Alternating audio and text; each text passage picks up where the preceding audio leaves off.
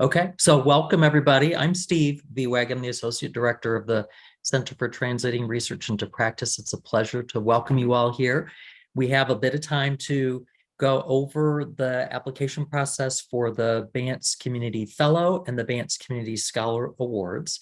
And we've put together a program to help you. As Teresa already mentioned, you'll get some follow-up email about this from Nuri that has a link to the recorded session today. And I'll pull up a PowerPoint to get us started to guide our process for this presentation and let you know that we like to start this with hearing from a past awardee, current actually at the moment, so that you could hear from them directly, and let you know up front that the awardees are very happy to chat with you about their experience, the process, the work that they're doing, and how they came to be in this place. And so we welcome Dr. Silva today to do a brief discussion to share from her perspective what this award means and anything about it that she thinks would be helpful to you as you consider doing this. So welcome. Thank you so much for inviting me to talk to people today about my experience thus far. I also, of course, want to give a shout out to Chancellor Bantz and Dr. Petriano. So thank you guys so much for coming. So I'll say that the Bantz application really does require some thought and time. And so I'll just tell you what I did. I took the application, I copy and pasted it into a Word document. And then I outlined each question before I started to draft. And that really helped me kind of figure out what I was trying to say. And also it helped me visualize gaps that I was missing in the presentation, the written presentation for the application. Once I drafted each question and kind of put together a solid draft of the application, I circulated it to the partners for review. And I have three community partners, and I did want their feedback. I wanted to make sure that they were comfortable with the written product, but also that they were comfortable with the way that I envisioned their roles in the project. And so it was really important for me to get feedback from the community partners on the proposal. Okay, and so I say this to kind of give you two pieces of advice. The first piece is start early. Start right away. I mean, I know that the application is right around, the deadline's right around the corner, but you've got to put in work if you want a polished product. And then second, leave yourself enough time to have the proposal edited and reviewed. And even if it's just within the community partner kind of network that you have. So I was unsure about allowing other people to review it. I didn't want to violate any rules. And so I kept the document within the community partner project. And because I had a few community partners, I was able to get, feedback from 3 different sets of eyes. Okay. And they had wonderful feedback, particularly on the budget. Right. So here I am, I'm a law professor, right? I'm an academic. We don't deal with numbers well. And so it was really helpful to work with community partners who apply for grants who are used to budgets and used to budget tables, right? Some unfamiliar documents. So that was really helpful as well. And so once I was notified that I was awarded, I immediately convened a meeting with the community partners to kind of get us going, right? And what do I mean by getting us going? I mean, figuring out what the schedule was, figuring out, how often we would have meetings as a group, figuring out what the data collection process looked like, right? And who was going to be in charge of what. I mean, if you're the one doing the work, you're going to really need to rely on your community partners to pick up the slack in other ways. And so that's what I did. And we did that in July. I mean, so by the time school actually started, we were ready to hit the ground running. And that's exactly what we did. And so I found the process, pretty easy to manage so long as you dedicate, enough time in advance to kind of work through some of the clunky issues. I mean, it's not just a grammar kind of editing situation. It's does this logistically make sense for the project?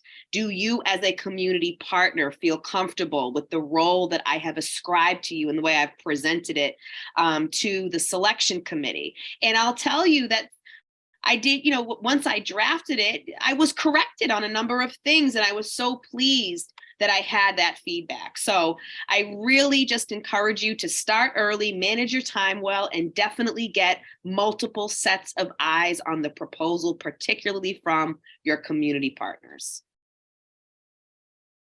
Awesome.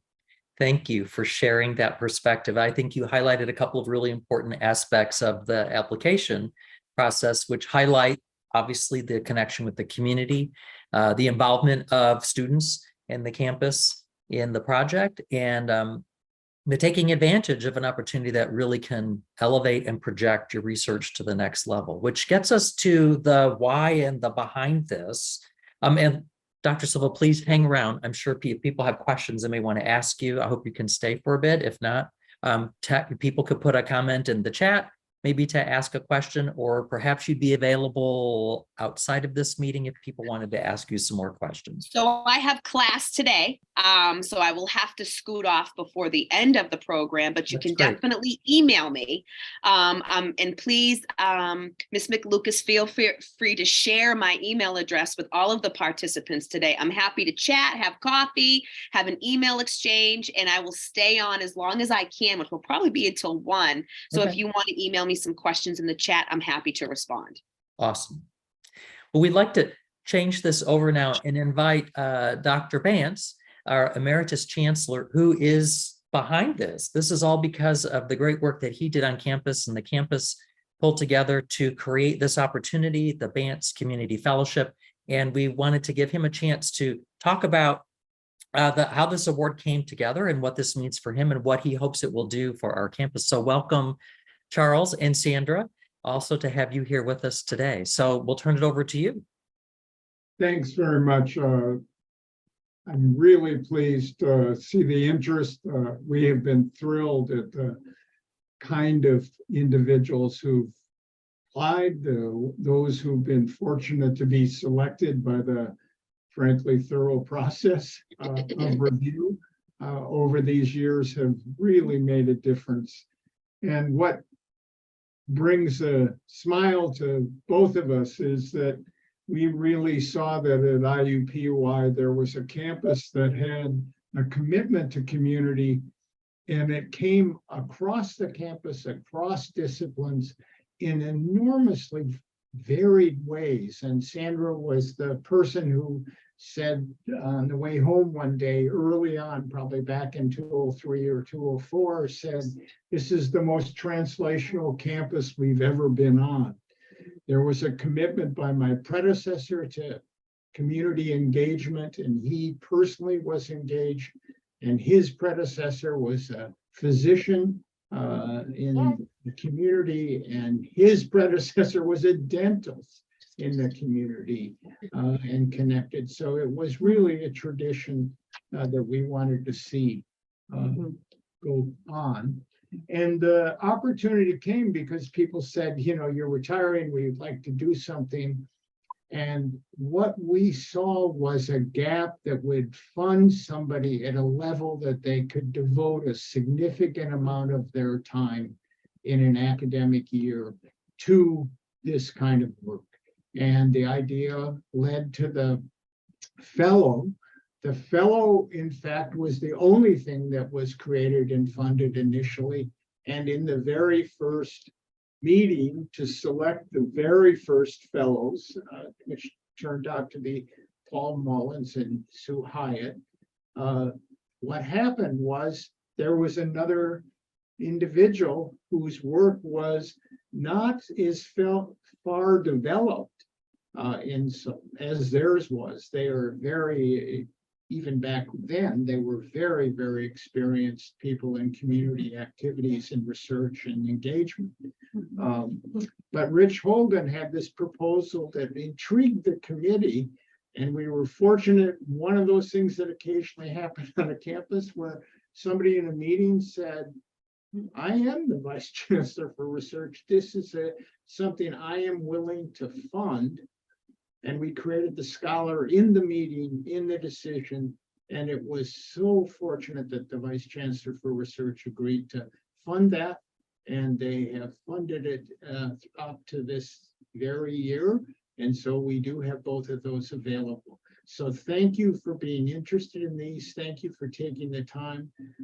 Professor Silva's description of the process, it was obvious in the work that she submitted. It was one of those proposals where you would watch people say, I have a question, and the question was answered. And it makes such a difference. But also notice her strategy engaged her partners.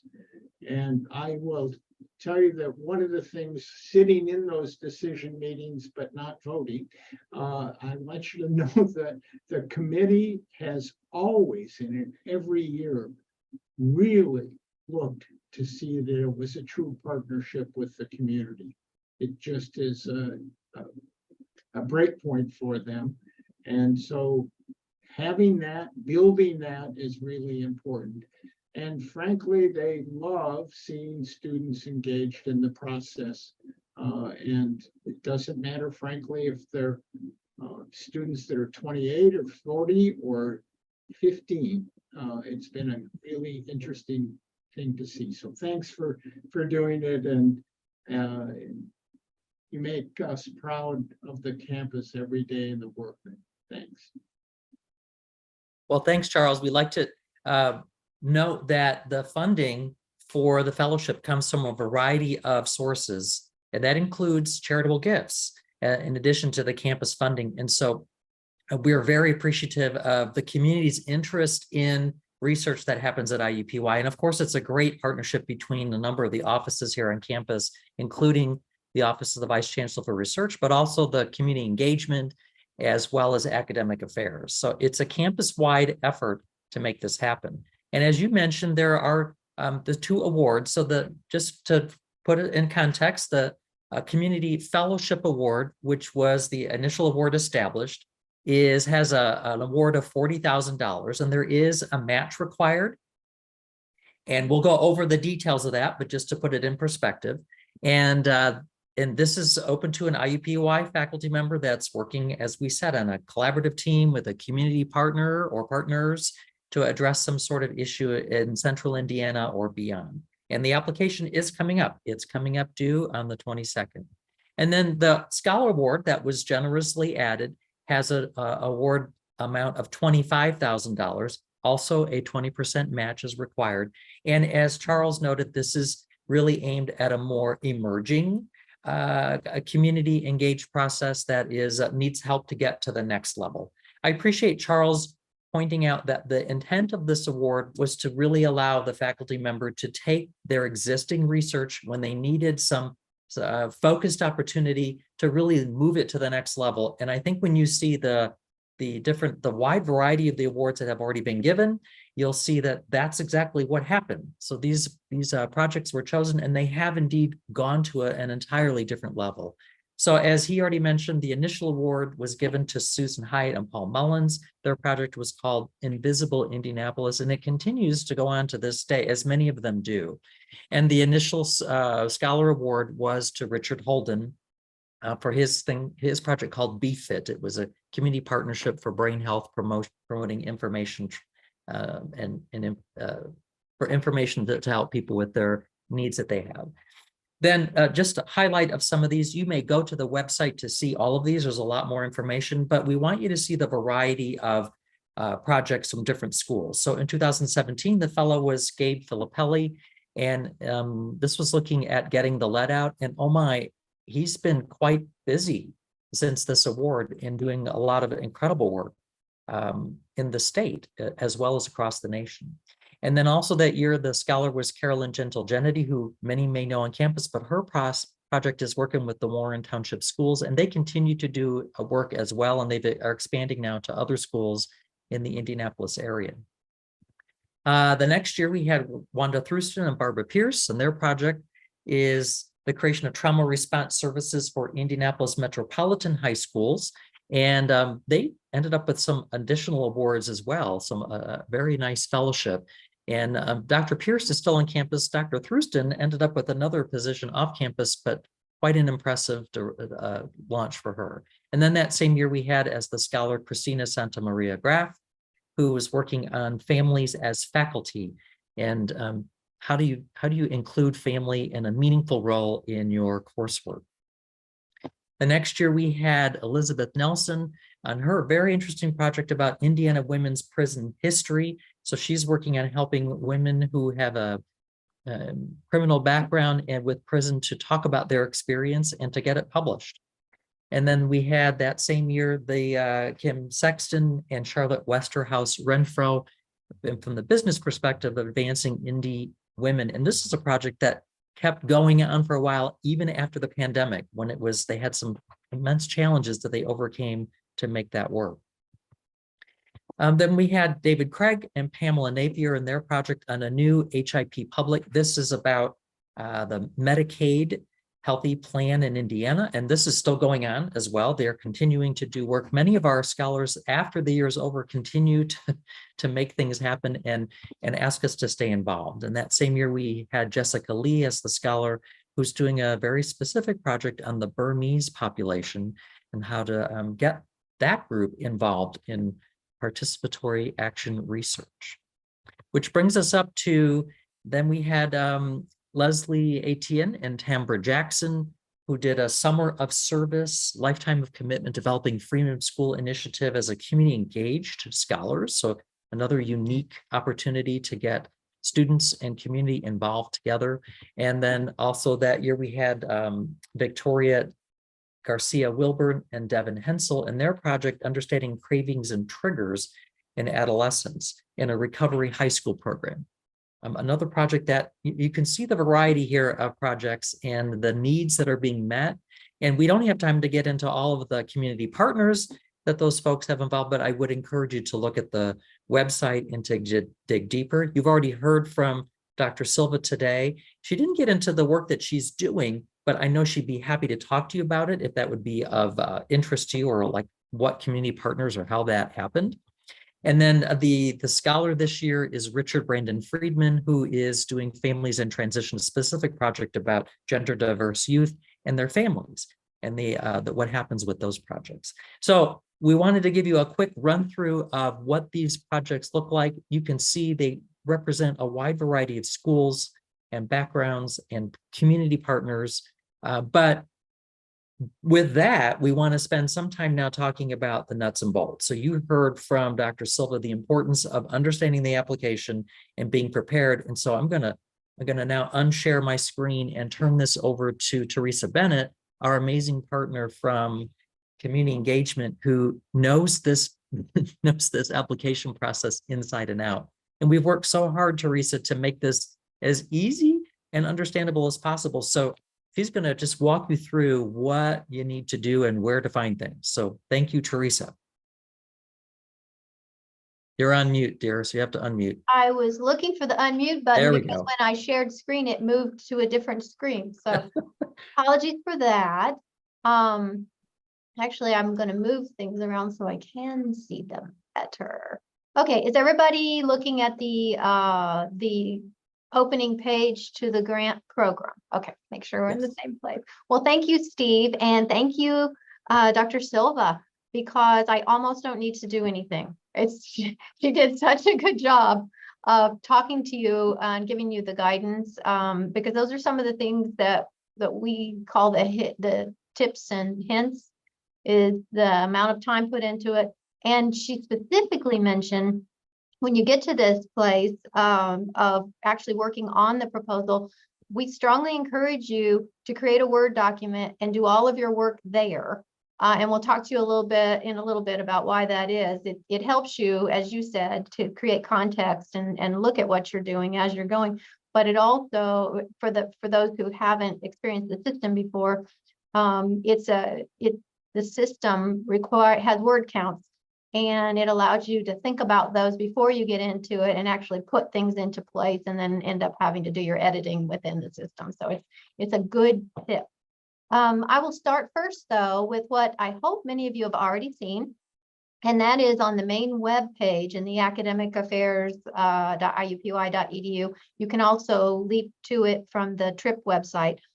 You'll see the information just generally about the initiative, about the fellowships, about some of the work that Charles has already talked about that led to this grant program, and the goals for the program. So you've probably already been here. And if you have, you've seen the introduction we've given you about the awards. We've already talked briefly about the amounts for the awards, but if you go on below that introduction, you'll see specifically what we are looking for in an honoree to be awarded the Bantz Fellow and the Bantz Scholar Award. As you can see here in the middle, the award for the fellowship is intended to provide support, a year's worth of research funding and support to build upon an existing body of research and deep connections that are already established within the community. This is probably the most important distinction between the Fellowship Award and the Scholar Award, except for the funding amount. But the expectation for those applying for a Fellow Award is that they've already created a body of work, and they're now moving that perhaps in a different direction, expanding on it, doing some work that they wouldn't have been able to do otherwise without this support. And so you'll see there's more information here, and we're always willing to talk with you and walk through some of the questions you may have about each award. The Scholar Award, as it was created, was already described to you as an opportunity for emerging research. The scholar may be new to this area, but still has some relationship built. It's a challenge to come in and just, come up with an idea and then go find a partner. We're looking for someone, the relationships may not be as deep or have been as long as the fellow, but there's some work there that you're advancing. It also may be an opportunity for promising research, something that there's a body of work there, but it supports some new applied technique or some opportunity to explore something new or novel.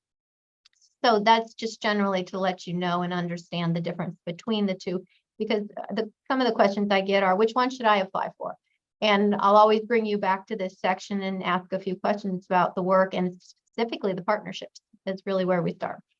You can see here, this is sort of our policy section of the page, and who can apply as the PI. We've been pretty specific here about that. You need to have a tenure track, clinical faculty or lecturer. And then they need to have a residency, a primary appointment on the IUPUI Columbus or Fort Wayne campus during the award year that they're applying for. I get questions all the time about the rest of the team, and the rest of the team doesn't necessarily, the PI, if there are co-PIs, they can be from other campuses, but the primary work and impact is intended to be in Central Indiana. So hopefully that's helpful too, as you think about this and who else you might put on your team. It's not uncommon at all that the PI, co-PI, and other members of the team are from different disciplines, different schools. In fact, we consider that a really good thing. And the same with the students. There's a strong expectation that there will be students engaged in this work. It expands the opportunity for students to experience, become sensitized in the community, build their own portfolio, and ultimately move into this kind of work, whichever direction they go with the rest of their career. And we'd really like to see them as a part of the team and not simply someone you might engage to do some of the work as an afterthought. We really want to see them as a consideration as part of the team. Eligibility, you'll see some more information here.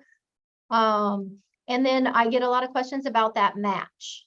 And so the expectation is if you're applying for the 40,000 or the 25,000, that you have at least 20%. It could be more, but at least 20% in addition as a match coming from a partner. It could come from your school. It could be that your school will allow you to use a part of your salary as this match. It could be in kind as well, as would a salary match be in kind, but it also could be a partner in the community or another partner, perhaps from a grant or a research project that's working in tandem with this, that demonstrates that you have at least 20% on top of the grant award. So happy to answer questions about that when you have specific questions or instances that you want to ask about. Let's see, the applications, Steve has already mentioned the deadline is January 22nd, and you can see here at 5 p.m.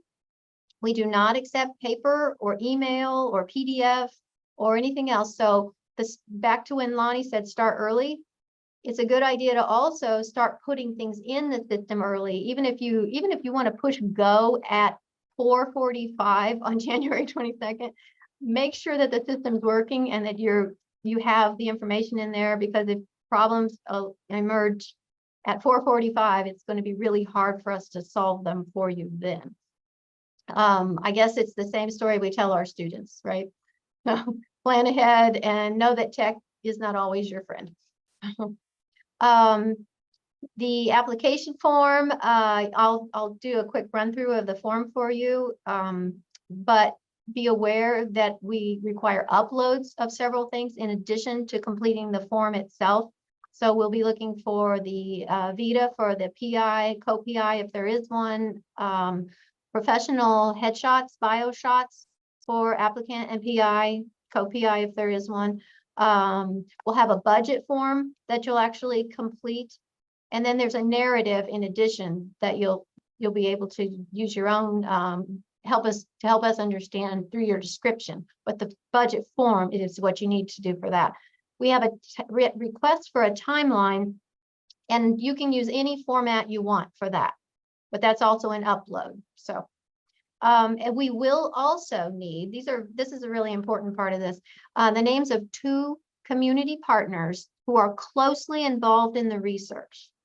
So not someone who knows your work and can recommend you, but those who will actually be part of the team. We need at least 2 community partners. You can provide 3. We have space for 3 if there are more. And they will be, when you put that information in there, they'll get an automatic survey form to complete their reference through. So that you won't have to deal with it again. But if you have questions about it, or your partner says they do not receive it, or I may reach out to you and say your partner has not completed it and ask you to nudge them just a little bit. But for the most part, you'll put those names in, they'll get the information, we'll receive it back for the reviewers. In addition, we'll need a reference letter. This is a more typical expectation from your dean or department chair. They will receive a request, but we don't give them a survey type format for theirs. They will write a typical reference letter for your research. So that's my way of saying you should let everyone, your partners and your dean or department chair, know that this is coming so they can be prepared. After you submit it, you will get a summary of your submission, and that's very useful in sending to your partners and to your dean or department chair so that they can use it in writing those references. Obviously, you should be sure for yourself that your school understands that you're applying for this and what the expectations are. And it may take you away from some of your typical duties during the year. And so one thing we've done to help with that is we have an agreement with the Office of Research. I don't know if it's OVCR anymore. We may need to update that. But the Office of Research for an automatic opportunity to apply for RTR funds, release time for research funds. And so if you're awarded the fellowship or the scholar award, you have you have to do provide some more information, but you have a straight path to the RTR funds for at least $10,000 for either award, both awards $10,000 each. The actual project year begins on July 1st, runs through June 30 of the following year. Charles, did you need to say something? The only thing about the RTR is they have always been very careful to point out that it has to be routed through your school or college, because they have rules about RTR, and research always follows it. So it's a straight path to get to the application, as long as you have involved your dean or the appropriate person in your school to do that. Yeah, thank you. That's an important distinction, because your school, your department chair, your dean may not give permission for release time, in which case you can't transfer that RTR fund to anyone else. But it is there if you have that permission, and then we can work with you to assist you in completing the forms. The funding, here's a section you'll want to read carefully of how the funding may and may not be used. The funding may be used to support salaries, indirect expenses, and perhaps some income or some reimbursements to your community partners. The funds may provide services and support as part of collaborative work that you're doing in the community. And as I mentioned, reimburse or provide allowable expenses to an external partner. We want to be careful about what we cannot do. We don't try to be too strict with this. It really is a very as following your budget, obviously, but we want this to be a fund that's flexible enough that you can achieve your goals. But what we cannot do is pay salaries for our external partners. So the funds, if it's salary involved, it's going to have to be perhaps in kind in the budget for their salary, but we can't reimburse them for salaries. We can reimburse for expenses and things that cost the organization out of pocket expense. I hope that's clear, but I'm happy to answer specific questions. And then the process for awards, should you be so fortunate, is that we use the trip showcase each year to honor these awardees, and we look forward to seeing a couple of you there next year.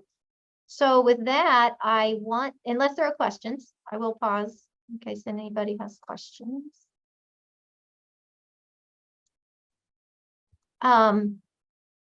If not, Craig, did you turn your mic on? I did. I was just wondering if you could quick clarify, is there a relationship between RTR and in-kind, or are those two separate? Yeah, RTR funds, they are an additional grant to the awardee that they can then use to perhaps buy themselves out of a class or an administrative expense of some kind. The in-kind fund, oh, you're saying, can you use the RTR as an in-kind? Is that it? Oh, you cannot, because you won't know about it until after, unless you already have one. Okay. That's an interesting question that has never come up before, but I would like to say no, that we'd prefer that you not, because that might be a bit like double dipping on that. Okay. Happy to talk some more about it as we think through it. So thank you. That's an excellent question we haven't pondered. So Thanks. Anyone else questions before I just take a real quick look at the form? I know you all can read, so I'm not going to bore you, but I just want to point out a couple of things on the form. We do have a PDF here so that you can take a look before you even get into it and understand what the questions are and the word counts and those sorts of things. One thing we like to point out, and well, I won't explain why it makes me laugh, but the way that we've set this form up is to help you know that you have everything ready before you even begin. And so we have a checklist here, and you will have to click yes on every item, presuming you have it, every item on this checklist before you begin and before you can get into the form. This is just, again, another way. You've got the PDF, but you can also take a look and say, okay, have I been working on, do I have the 60-word abstract? Do I have a title? you know, it seems like an obvious thing, but sometimes you get into the actual process and there are parts that you have to be prepared for. As you will see, as I click all of these to yes, if you're using the same browser, I thought I got them all. Oh, sorry, I went right over 3 of them. If you're using the same browser, it should come back to where you left off. But another reason we strongly encourage you to use a Word doc and to work in a separate space is just in case you switch browsers or just in case it doesn't work. You won't have lost it. So as you can see here, this is just a test form to give you an idea of what's within the actual form, and you can take that PDF and use that to work within. You can take a snapshot of all of this, but it'll show you that right away we're asking for uploads of the information we already talked about. If you have a co-investigator, this is where you'll enter that information. Here, this is a pretty important spot. You're going to want to designate whether you're going for the fellowship or the scholarship, the Scholar Award, and you do have to choose one or the other. It's not a which one do I fit best. So you will have to apply for a specific one, and then there are subtle differences in the questions and form depending on which you apply for. Title, abstract. You can see the word counts here. We'll count down for you. We've tried to keep these pretty tight. So we realize that you may want to tell us more, and the form may not allow for that. So there is a place at the end where you can upload other information. And if there's something you need us to know that you feel like we are just not going to get from these questions and the amount of space that you had, you can put something additional there. So you can see we're asking you to overview the project, just an overview in only just under 350 words about what you're trying to achieve, the community issue that's at the core, very important to us, obviously, how you plan to evaluate and demonstrate success, the roles of the team. Remember, we talked a minute ago about how important it was to have a well-rounded team, a team that includes students and other colleagues when you can. Applying for the fellowship here, the research is expected to build upon the body of research. This is one of those questions that's going to be subtly different depending on which award. And so you're going to have to talk, you will want to talk about those goals, but also about the partner's role in that. Describe how you'll sustain this afterwards. Steve mentioned several examples of these awardees who've moved that work forward. And I put in a little plug here. Weekend U is coming up in February 18th, and we will have three or four of our past fellows and scholars there to talk about how their work has advanced since the Bantz Award that they received. You're going to talk about the implementation. This is a pretty important. We don't give you a lot of words, just under 500 words, or well, I guess because I use tests, you probably have a little more than that. But you will describe how the partners or partner will be involved. So we're not looking for an opportunity for you to have already written it, figured it all out, and then say, and then we'll go and use their facilities. We're looking for their really deep involvement and how that's going to work. Describe how you'll disseminate the findings both academically and in the community. And an overview of your timeline. We mentioned that you'll also upload a timeline document in whatever form you want in the other section. But here's where you can give us a description, and here's where you can narrate the income, expense, and in-kind support that you may have, in addition to uploading that form. So, and then I'd say every section is important, right? Because every section is. We're keeping it tight. So this is where you put in your references. You can, as I said, if you can see the required here, we need 2 community references. You can provide a third if you'd like the reviewers to see information from another person. And then your dean or department chair here. And then the uploads. And when you're all finished, you'll submit. So with that, any questions before I stop sharing? New questions that might require going through the form again? Yes, Teresa, this is Edith Milliken. Yes, I have a hello. question. Sure. Is the timeline description, the limitation of 350 words, that's intended to be a description of perhaps a longer timeline that you're going to upload? Or does the upload need to be just limited to 350 words? No, the upload could be a Gantt chart, could be some people use sort of a narrative calendaring of sort of their expectations for flow through the full year. You can take that any direction you want, and any amount of words that you want to use, or images that you want to use. And then Okay, it's just descriptive in the actual form. great, thank you. Sure. May I answer any other questions for anyone? I have another one. Is there a way to know what is being asked of the community partners so that we may coordinate, or is that allowed yes. to do? Yes, happy to send you that form in advance because they may want to see it too. So yeah, just remind me that you want that and I will send it out. Thank you. Sure. Teresa, is that something we should just send out with the follow-up? Is I that knew you usual? would say that. I knew you would say that. Well, Nuri will help me remember that then. I do have a PDF of it. And when the question came up, I thought, oh, where is that? I think I know where that is. So Okay. yes, we can do that. Actually, there's an automatic, as I mentioned, when you submit, you'll get an email back confirming your submission was received and giving you the a PDF of your responses, your references, and I think one more piece of information. We can ask the Chad, who helps us with this form in the Academic Affairs Office, to go ahead and just add that PDF to that response that you received. It's a good idea. Thank you. Sorry for all the questions, but is No, there, please. it sounds like there's a turnaround time that you expect for the surveys, the community surveys to be returned. Is the same time frame applied to the dean or department chair's letter? Yes, we in the request for reference, we'll give them a deadline. I believe we start with a couple of weeks and then begin with reminders.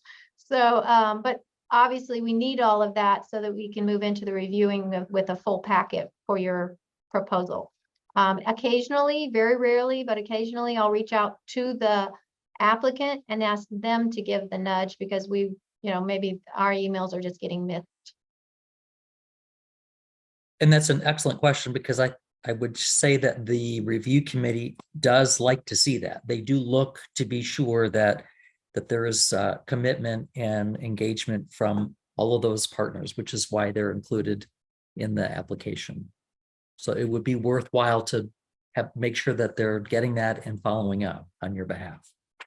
Yeah, I think it was probably last year. We had one packet that I'll admit, I didn't notice one of the references was missing and the reviewers wouldn't go forward, and rightly so, until I could get that reference. And I did, so all was well, but it was a technical thing. So it wasn't a very important technical aspect of the full proposal. Right. So good questions. Do you have any more, Craig? You're on a roll. You're helping everyone. Not at the moment, but they might come. Okay. All right. Well, Steve's going to talk a little bit about the other research opportunities, because one thing that we do, if you are not awarded one of the fellow or scholar awards, then we'll also share with you other resources. Now that we understand your research better, we will try to share other resources with you where you may find funding. And in addition to that, our Office of Research has quite a bit of funding opportunity that Steve's going to walk you through. And usually we have a representative from that office today. However, Etta Ward was called away to another meeting. And so she asked if we would just on her behalf encourage you to carefully make these applications, but also be aware of the other services that are available in their office. And so here's the website you can go to. If you just go to iupui.edu research/research, and then you can see the variety of things that are available. They've got some resources to help you with funding. If you haven't already, you can get a Pivot account, and Alicia Gayheimer in their office is super helpful around helping you get that set up individually for you. And that service provides a regular update about information around whatever funding could be available that is related to the interests that you have. They have a proposal development arm. So if you need some help in navigating certain kinds of proposals, you could reach out to them and they'll actually help you put together the materials that you might need. And then certainly there's the information about the RTR funds. And as Teresa already said, the receivers of both the Fellow and the Scholar Award have a facilitated process to access those funds if they're appropriate and can be available. And then you would hear from Alicia and Etta if that were to be the case, but that's available to anybody on campus. That's still something that's available. So we encourage you to go to this website to check out the resources that they have. And there's a couple of other programs that they have that would support different kinds of professional development for researchers and research development for ideas or skills or opportunities that you might need. So please reach out to anybody there. Etta in particular will be happy to take your questions. And we always throw out Alicia Gayheimer's name, particularly for the Pivot account, because she's the one that will help you make sure that you get that. And let me stop here and see what else we were supposed to cover in case, unless there's a question anybody has. Okay. Well, then let me throw out one more piece of information for you while we have this pause here. And that is, did this not come up? Hold on. Okay. One moment. So here's another opportunity that we have for you. And in addition to the Fellow and Scholar Award, this is also the opportunity if you are a translational scholar, or to apply for the Bantz Petronio Translating Research into Practice Faculty Award. And this was established by Drs. Bantz and Petronio some time back. The application or the nomination is due by January 22nd as well. You can go online to learn more about this application, and it's not nearly as complicated as the Fellow or Scholar Award, but this award seeks to recognize incredibly outstanding translational work that's been done on our campus. And if you look at the past awardees, you'll see that that award also represents a wide variety of schools, backgrounds, programs, and different kinds of topics that have made a significant impact or difference in our community. And if you have particular questions about that award, you'll see that it comes with a $1,000 award, monetary award, and there's an expectation that the awardee would present at the fall showcase that we sponsor. And that's where they would share some of their work. And then we do some other things throughout the academic year to highlight that faculty's award. But I'm happy to answer any questions about that. I'm the one that supports the review committee for that award. And then any questions, any discussion, any things that people would like to know. And as you're thinking about that, I do want to reiterate what Teresa shared, is that the committee for the Fellow and Scholar Award is super thoughtful. And because they wish they could give out awards to everybody, which is simply not possible, but there are many great ideas and many opportunities. And so there'll be a couple of things that will come your way if you make an application and you don't receive either of the awards. And that could be some suggestions, as Teresa said, about other ways to go, other people to connect with. And there may also be some feedback about how you could strengthen your proposal or strengthen your connection with community, et cetera. And there will be an opportunity for all of you to connect within this community of awardees and partners to answer questions, to further develop proposals, to make new connections. And so we hope that's helpful to everybody that takes the time to apply. And that's at least some benefit, because not everybody's going to get the award, but you get something out of it. And hopefully we advance the research goals of our campus in that way. So any other questions, comments from folks?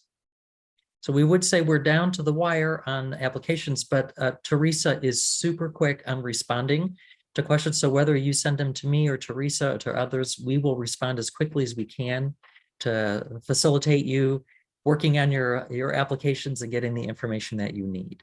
And you are also welcome to reach out, as we said, to any of the past awardees. They're happy to talk to you about the process, or if there's something that's similar to what you're doing, they'd be happy to let you know.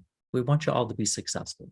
All right, well, and I'll just reiterate, you can contact me via email, which I think Nuri's already shared with you, or give me a call and I'm happy to sit down and actually walk through if there's something you're struggling with a little bit or not sure how to present it or where the fit is. Happy to walk through that with you. I'm not one of the reviewers, so the advice and information I give you will be based on how many years are we on now, Steve? 6, 7 years Yeah. of awards and the review process, and I can share with you what I know the reviewers are looking for in terms of presentation, not content. And if you have questions, especially that budget, I get a lot of questions about the budget and the in-kind and how you present it and what's eligible for expenditures and things like that. Happy to talk with you about that as well. So whatever questions you have, reach out to us. And it would be fair to share, Teresa, that the review committee is different each year, but it does include faculty and community partners. So they are very good in asking questions. So Benjamin Helm, you have raised your hand. So please, what's your question? Yeah, so this is my first time considering this particular funding opportunity, but I'm clinical faculty, and so I don't have dedicated or protected tenure track research time and whatnot. So I think that's my sort of general question, is from like a budgetary standpoint. I have sort of an established public partnership kind of public health program we've been working on, and so I have some ideas how funding can be used, and it wouldn't necessarily be to explicitly like support my salary or even our community partner salary, but we have like applications that can benefit the public that we're working with. And so I wonder like how common it is to have some of that money kind of saved or stored for helping offset costs for doing the screening that we're doing in this population. So without going into the details, I guess like how from writing the budgetary section, how much explicit detail is expected, especially if we aren't necessarily like protected tenure track researchers or have explicit funding needs on the IU side, I guess. Does that make sense? Yeah, and I think, yes, it does. And I think there are actually a couple of questions, one that's sort of implicit in that. And because of you're on contract, you have a clinical research contract with a primary appointment here in one of the schools at IUPUI. Yeah, So, School of Medicine. Okay. And so with that, we want to make sure that your contract extends through the grant period. Otherwise, that's an eligibility issue that we want to deal with. And in which case, if it does not, we would ask you to look for another PI and you might serve as co-PI. The second question about the use of the funds, I think the best example I can give is actually Gabe Filippelli's work with the lead, get the lead out with lead testing. And so he reserved most of the money to support students and to actually do the lead testing for that pilot project. And that sounds somewhat similar to what you're describing. And so that would be allowable. Yeah, and without going into the details, basically we found a public health need where we don't have funds on the community or public health side. We don't really have funds, from patients or families or insurance companies. So like there's this gap, right, where given the context in these situations, it's like the funding can really benefit families directly, as opposed to tight budgets on the public health side and lack of budgets on our side clinically. So okay, that makes sense. Yeah, and for everyone else's benefit too, as long as the funds are used to offset or to reimburse and a direct expense, it's very likely it's going to be allowable. The only place we get a little concerned is, well, there's no concern at all. We just don't pay lump sum funds to our partners to achieve these goals. Yeah, and I guess related to that, is this something that is the amount awarded, is there an expectation to use X amount of it, within this year, or is it something that can be, extended over, 2 or 3 years potentially? Our expectation is that you will write a budget to use it for this year. That said, we've all experienced COVID and things don't go to plan. And so we did have to do some extensions, and there are other reasons why extensions would be allowable, but start with the premise that you're going to spend it out in the 1 year period. Gotcha. Okay. Thank you. And part of that comes from, as Charles said earlier, that the intent was to provide like a focused year opportunity for the faculty member to really advance this to the next level and to have funds to make that happen. Charles, you were going to say something. So I was going to say exactly that. I would encourage you to think through with Teresa and your unit and about supporting your time doing it as well. I mean, as a clinical person, you're in a even bigger bind in terms of time. You have to have billable time one way or another. And so I think that's one of its purposes. I think using it to support something at the expense of public health that's fallen in the gaps, things, all sorts of things. And Teresa and Nicole has that like Dave make those things. It's just the university has an enormous sensitivity to committing institutional funds to salaries of outside organizations. This was a surprise in this process, how big that fight is. So that we'll watch, but your salary makes sense. And if you're already covered and like perhaps you're part of a center or have another grant, then you can use some of your salary as in kind. That could be your match. That could be part of your match. But as Charles said, we're not going to tell you how to write your budget or what, that's depending on your needs. But I will say as a caveat, we see budgets sometimes that it's all salary. That raises red flags. So obviously you don't want to go there because you want to have funds for your students and the rest of your team and for your community partners, reimbursements or the activities in the community or those sorts of things. But there is nothing wrong with putting part of your salary in there. and hopefully you've noticed in the chat, thank you, Nuri, for taking time to put in the relevant links to lots of information as well as to the application. And again, we'll share that following this meeting as well with a link to the recording of this. So if you were not able to hear everything or want to hear it again, or you have a colleague that wasn't able to come, please let them know. And again, if you have questions, you're welcome to send those off to us and we'll answer them as quickly as we can. So thank you all for coming. All right. Thank We you. have other things to do, and we'll look forward to this year's amazing set of applications. Thank you so much.